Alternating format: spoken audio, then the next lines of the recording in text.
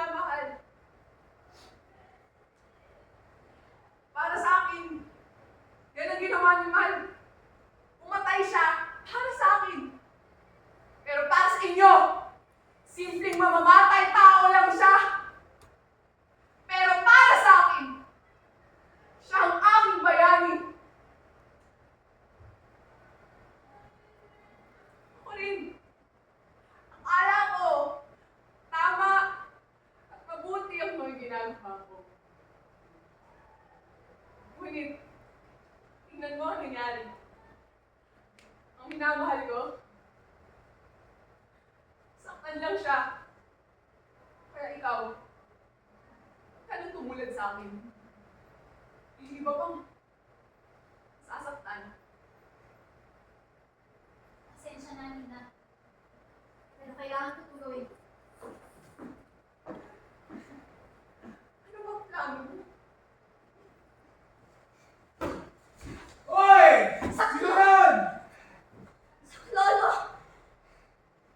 Lolo! Ah! Ano ginawa mo? Tawan mo siya, Irina. Ngayon na. Kuro dito! Sino ang hinayupang gumaril?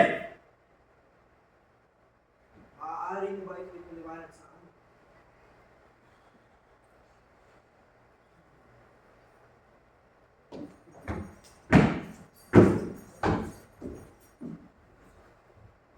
Kamihan mo na.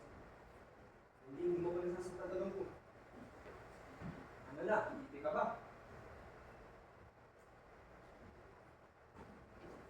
Ano ang nangyari?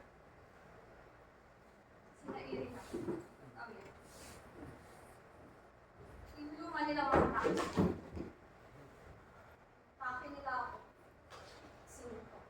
Sinunod ko yung mga tapos. Hindi ka nagsisinungaling. Hindi. Yun po ang katotohanan. Hindi ko talaga maintindihan kung bakit mo kami tinaksin. Ang dami namin ginawa para sa'yo. Tinanggap ka namin, ginapihan ka namin. Nung pumasok sa makote mo, natulungan yung walang kwentang demonyong yan!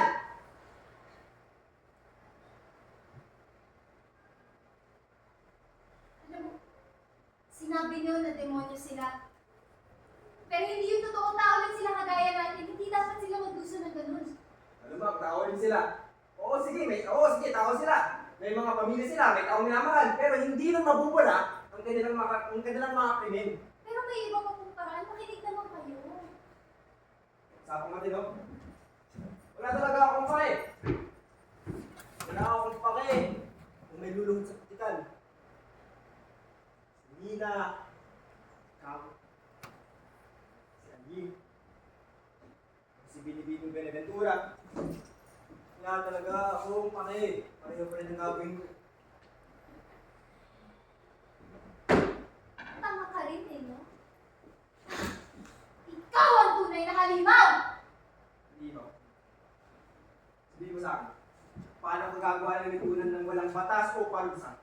Ang diktador na kapag maging marahas ay ang diktador na hindi magtatagal.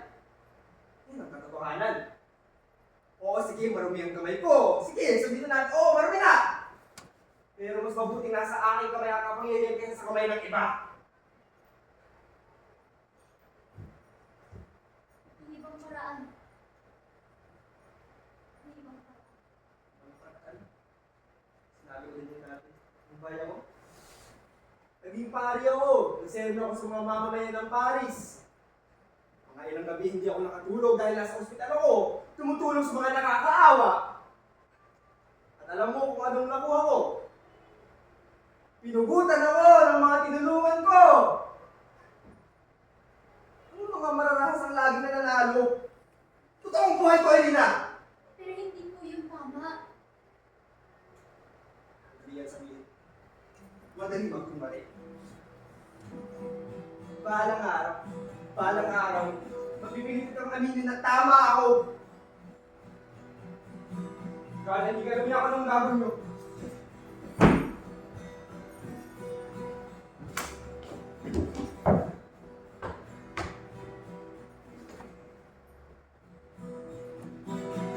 mag-consider na. Paparusahan sila. Hindi sila nakikinig sa mga magandang balita ng Diyos. Hindi sila nakikinig sa Panginoon. Paparusahan sila kung sa walang katapusang pagkawasak at itataboy sa harap ng makapangyarihang kalwalhatian ng Panginoon. Hoy, problema mo. Sige, kung ganyan ka, edi magpalit na lang tayo. Wag! Huwag mong gawin! Ginagawa mo! Bilisan nyo! Galaw! Ah! Ginagawa mo?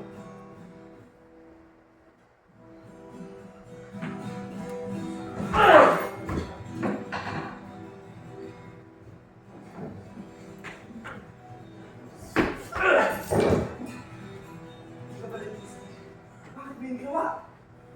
Kanino para sa kanila? Hindi kanino.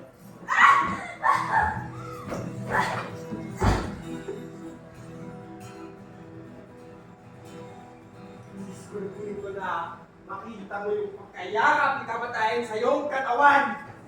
Diskurtuin ko na mamamatay ka. Napalibrang yung muto.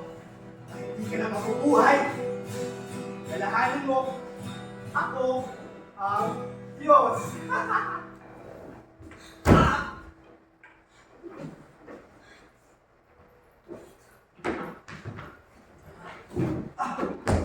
Manahimik ka!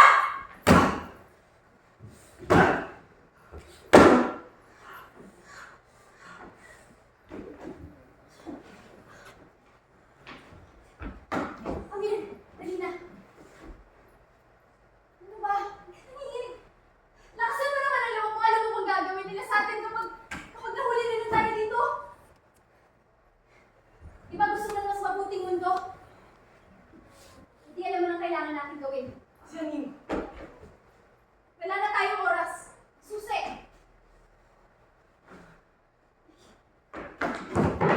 Huwag mo ako lapitan! Ano ba? Sinusukuan na ba sila? Yun! Huwag mong iyong sarili, magkamukha na kayo! Walang magbabago kung ganito! Hindi na. Iwala. Pagod na ako! Lumayo ka na lang sa akin! Saan kang demonyo?